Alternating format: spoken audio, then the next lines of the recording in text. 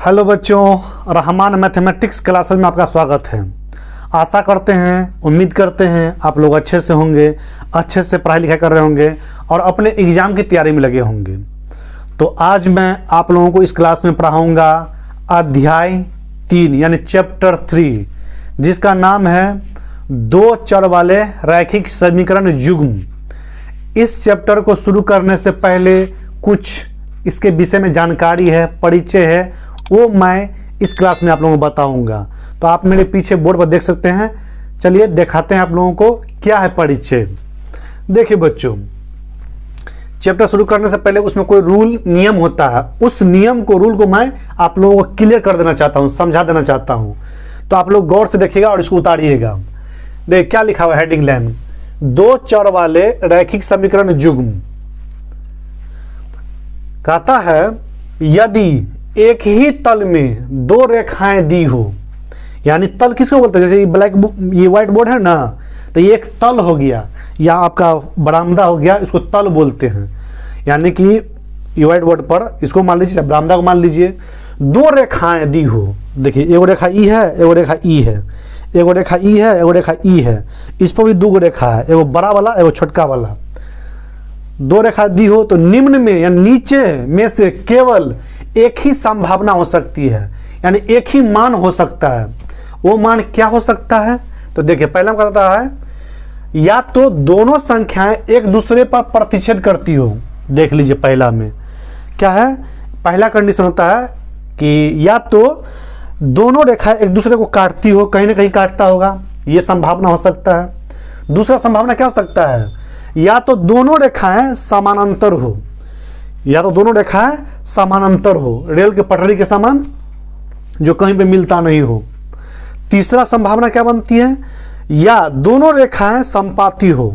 और समपाती मतलब क्या होता है, सम्मिश्र समान पातमिश रास्ता पथ पे, यानी समान रास्ते पे। तो देखिए तीसरा नंबर में एक ही रास्ता है ना, इसी पर दोनों रेखाएं हैं, है कि नहीं है? मोटा लाइन जो देख रहे हैं उसको छोटा वाला रेखा हो गया, और पतरका लाइन जो देख रहे हैं वो बड़का रेखा हो गया। इसको समझाने के लिए मोटा कर दिए हम। तो यानी ये हो गया समान पथ पे, यानी एक ही रास्ते पे हो गया। और ये क्या हो गया, पैरेलल समानांतर में। और ये क्या हुआ, क्रॉस, यानी कि प्रतिच्छेद, कटिस करना, विच्छेद करना। तो तीन कंडीशन हो सकता है, तीन के अलावा कोई चौथा कंडीशन नहीं होता है, समझे? तो ये परिचय था। कुछ और है, दो चार लाइन मैं आपको बताना चाहता हूं। पहले इसको आप लोग उतार लीजिए, उसके बाद बताता हूं आप लोगों को।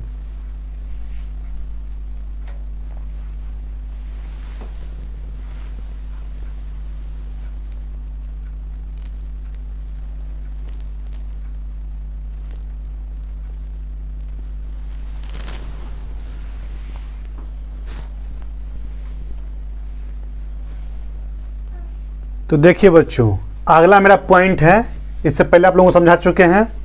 आगे है कि समीकरण a1x plus b1y plus c1 equal to 0 and यानी और a2x प्लस b2y, यानी b2 है, इस सिंबल दे दें कि b दूसरा का b है, इसलिए इसको b2 पढ़ना पड़ता है। स्क्वायर तो स्क्वायर मत समझिएगा इसको, ये पहचान है।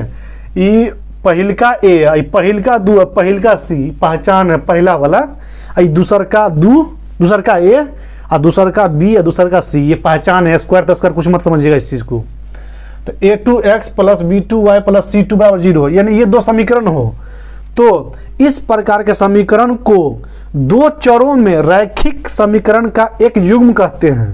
अब ये दो चरों में, तो देखिए बाबू बताए ना, और जहां पे समझ लीजिए पहले, जहां पे a1 b1 c1 और a2 b2 c2 सभी क्या हो, वास्तविक संख्या हो, यानी कोई नंबर होगा, डिजिट होगा, यानी ये भी नंबर यानी संख्या, ये भी कोई नंबर यानी संख्या है, ये भी कोई नंबर संख्या है। तो बच गया कौन, x और y। यही ना दो गो चर है।